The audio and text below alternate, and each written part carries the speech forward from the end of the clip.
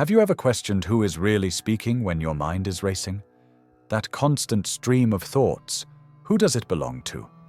You hear yourself thinking, but have you ever wondered if you are the thinker, or merely the listener?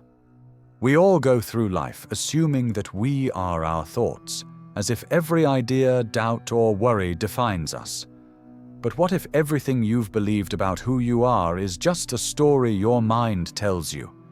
You are not your thoughts. You are the one who hears them. This simple yet profound realization has the potential to change everything. The voice in your head, the one that judges, worries, and analyzes, has been mistaken for your true self for far too long. In reality, it is merely noise, a distraction that clouds the deeper truth of who you really are. So, what happens when you stop identifying with that inner dialogue? When you stop clinging to every fleeting thought as if it were the essence of you? In this video, we'll explore the liberating idea that you are not bound to the constant fluctuations of your thoughts. Instead, you are the observer, the still, silent witness to the ever-shifting mental landscape. This realization isn't just philosophical, it's practical. By learning to detach from the endless stream of mental chatter, you can tap into a space of true clarity and peace, where your thoughts no longer define your reality. By the end of this video, you'll understand how to step outside of the noise and reconnect with the part of you that is beyond thought, where peace resides, untouched by the storm of your mind. You'll discover how to break free from the cycles of self-doubt, anxiety, and fear, and step into a life of freedom and presence. This isn't just about calming the mind, it's about rediscovering your true self, the observer who is always present, always aware, and always free. Most of us go through life believing we are the voice in our heads, that constant chatter that critiques, plans, and worries. We identify with every thought that arises, thinking they represent our true selves. But what if I told you that this voice isn't who you are? What if I told you that you are not the thinker, but the observer of your thoughts? The idea that you are not your thoughts is a powerful shift in perspective, a perspective that frees you from the noise of the mind. Imagine for a moment that you are sitting in a movie theater, completely engrossed in a stunning scene. The sky is painted with the warm colors of a sunset, and you can feel the tranquility of the moment. But as you settle into the peace of the experience, someone beside you starts talking, asking questions about the weather, commenting on the clouds, and predicting what will happen next. Instead of enjoying the moment, you're distracted by their constant chatter. That's what happens when we let the mind take control. The beauty of life, the richness of the present moment, is drowned out by the endless commentary of the mind. The voice in your head exists because it's part of the mind's natural process. It's there to help you navigate life, to predict outcomes, and to keep you safe. This inner dialogue helps you plan, solve problems, and make decisions. On the surface, it seems helpful. But when this voice becomes incessant, when it dominates your consciousness and fills every moment with judgments and worries, it becomes a barrier to experiencing life as it is. The inner voice is like a narrator in a story, constantly describing the world around you and your place in it. But here's the paradox. While it's telling you what's happening, it's also keeping you from fully experiencing it. It adds layers of interpretation and distortion, making you believe that your thoughts are the truth. The more you identify with this voice, the more you become entangled in its stories. It tells you who you are, what you can't do, and what you should fear. But none of it is really you. It's just a narrative. Understanding that you are not your thoughts gives you the freedom to detach from this incessant inner commentary. You become the observer, not the storyteller. This shift allows you to step back and witness your thoughts without getting caught up in them, enabling you to experience life more clearly and authentically. Now let's put this theory into practice. Close your eyes for a moment, just for a few seconds, and take a deep breath. Feel the air filling your lungs and slowly release it. Now tune into the thoughts running through your mind. Notice the chatter. What are you thinking right now? What's the first thing that comes to mind? Perhaps it's something about what you need to do today, or a memory from the past. Maybe it's a worry about the future, or an inner judgment about something you just heard or saw. Take a moment to observe these thoughts, but here's the important part. Don't get involved with them. Don't try to change them or judge them. Simply watch, just observe. As you listen to the stream of thoughts, notice how they come and go, sometimes rapidly, sometimes more slowly. Are your thoughts filled with questions, doubts, or plans? Do they loop back to old memories, fears, or frustrations? Are they judgments about yourself or others? Just observe the content of the thoughts without attaching any meaning to them. Now, let's deepen this observation. Imagine you're sitting on a riverbank, and each thought that comes to mind is like a leaf floating on the surface of the water. The leaves drift by, carried by the current, but you're not reaching out to grab them. You're simply watching them flow. Notice how the thoughts may linger for a moment or two, but eventually they drift away. New thoughts will emerge, but like leaves on a river, they are temporary and fluid. As you sit in this observation, ask yourself, who is the one observing these thoughts? It's not the thoughts themselves, it's you, the silent observer, watching them pass. Notice the space between each thought. That space is your true self, the awareness that exists beyond the noise. What do you notice about your relationship to your thoughts? Are you identifying with them, or are you simply watching them come and go? This is the essence of the practice. To stop identifying with the content of your thoughts and start recognizing the observer within. This practice might feel strange at first, but with time, you'll begin to feel more connected to the stillness and peace that exists between your thoughts. You are not your thoughts. You are the one who observes them. We all carry emotional baggage, whether we realize it or not. It's like a weight that we don't always see, but it affects how we move through life. Perhaps it's an old argument with a loved one that resurfaces every time you're reminded of it. Maybe it's a past failure that continues to haunt you, whispering that you're not good enough. Or perhaps it's unresolved fears, deep-rooted in childhood, that shape how you respond to new challenges. These emotions, these experiences don't just fade away on their own. They accumulate, becoming mental baggage that we carry into each new day. But here's the problem. The more we hold on to these past experiences, the more we allow them to shape our present.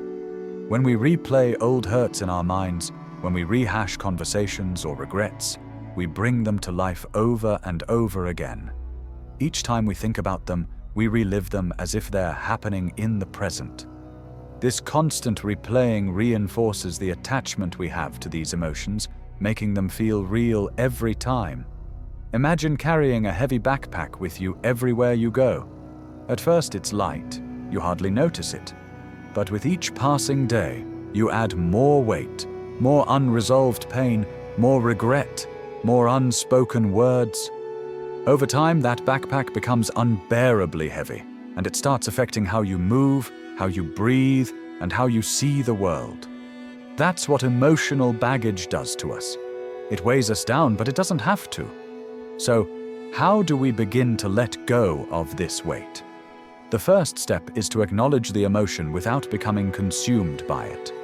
When the emotional triggers arise, whether it's a flash of anger, a rush of sadness, or a pang of regret, allow yourself to feel it.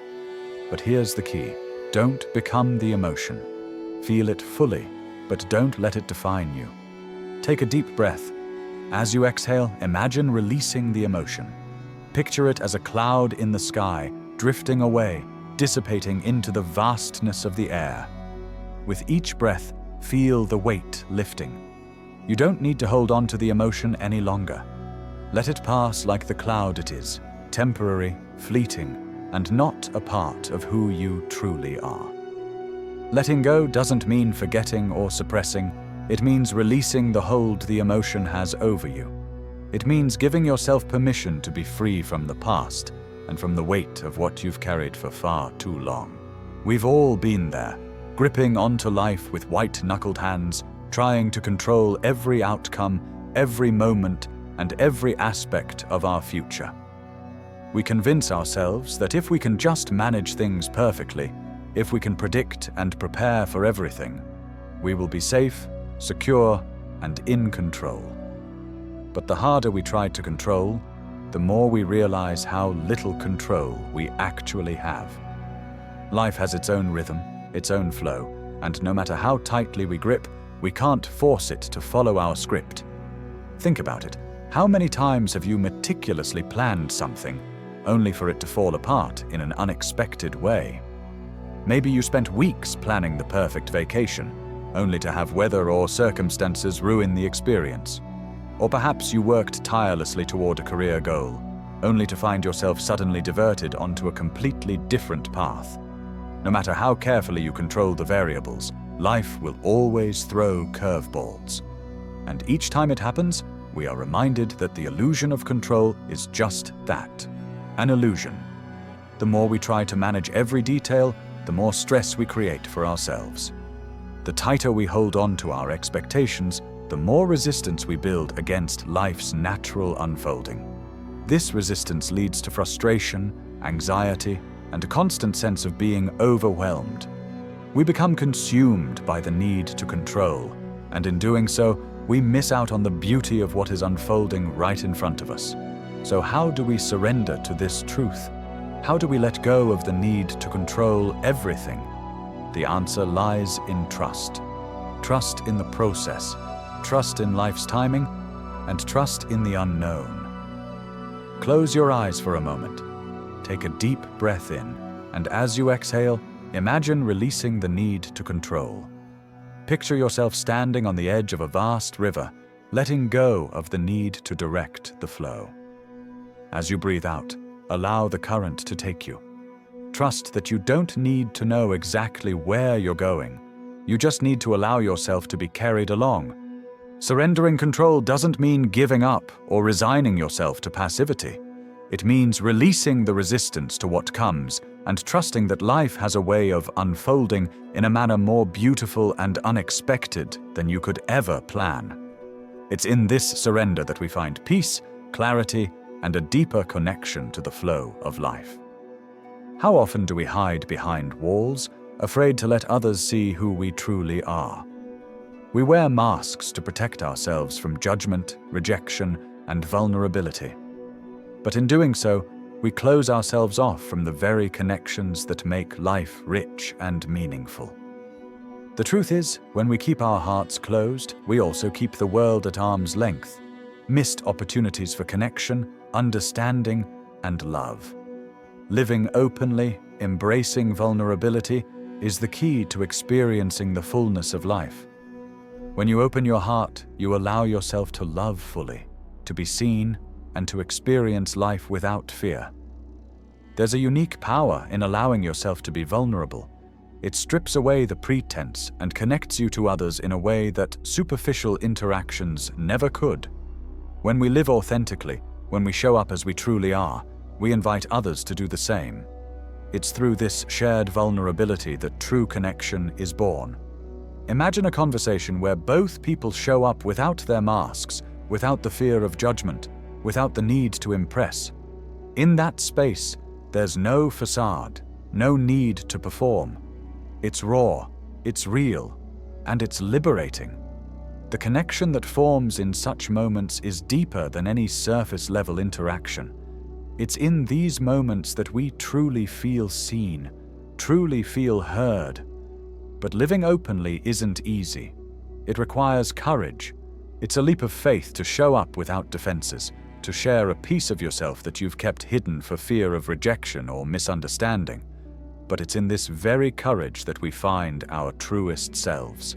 Here's a challenge for you. Next time you're in a conversation, practice radical honesty. Share something true about yourself that you might usually hold back. It doesn't have to be something huge, but something that feels authentic. Maybe a fear, a hope, or a part of your past you've never shared. Watch how it feels when you let down your guard. You'll not only feel more connected to the other person, but you'll also feel a deeper connection to yourself. Living openly isn't about perfection. It's about presence. It's about embracing the messy, imperfect reality of being human without shame or fear. When you live authentically, you invite joy, connection, and freedom into your life in a way that nothing else can. True freedom is not about escaping the struggles of life or running away from challenges. It's not about a perfect, problem-free existence or an idealized life that never goes off course. Real freedom is something much deeper. It's an internal state of being, one where your mind, emotions, and fears no longer control you. True freedom is about being able to live fully, with an open heart, despite the chaos and unpredictability of life. It's about embracing the present moment with all of its imperfections and choosing to experience it without resistance or fear. Most of us think freedom is found in external circumstances. We believe that if we just had the perfect job, the right relationship, or the ideal situation, we would be free. But in truth, the external world is constantly shifting, and no matter how much we try to control it, it will always be out of our hands. The real liberation comes when we stop depending on external factors for our peace and start finding it within ourselves. Freedom is not about controlling everything around you. It's about releasing the grip that the mind and emotions have on you and instead embracing the flow of life. The practice of presence is one of the most powerful tools for unlocking this freedom. When your mind starts spinning with worries, regrets, or expectations, pause. Take a deep breath and remember, I am not my thoughts. I am the awareness behind them. This simple shift in perspective is the key to stepping into true freedom. Thoughts, feelings, and emotions will come and go, but you don't have to be swept away by them. Instead, become the observer, the witness to what arises in your mind, without becoming entangled in it. When you practice presence, you learn to release the mental and emotional chains that keep you locked in a cycle of suffering. Every time your mind drifts into anxiety or fear, you can gently bring it back to the present moment. Feel the ground beneath you, the air in your lungs, the space around you. By grounding yourself in the here and now, you create a space between you and the mental chatter. In this space, you are free. True freedom is about releasing the need to control, embracing what is, and finding peace in the present moment. It's a daily practice, a choice you make to stay rooted in the now, free from the shackles of fear, doubt, and the constant pull of the past and future. You are not your thoughts. You are the observer, the one who watches them come and go. This realization is the first step toward true freedom. You don't need to be defined by your mental chatter, emotional baggage, or the need for control. When you learn to separate yourself from the endless noise in your mind, you unlock the space for inner peace and clarity.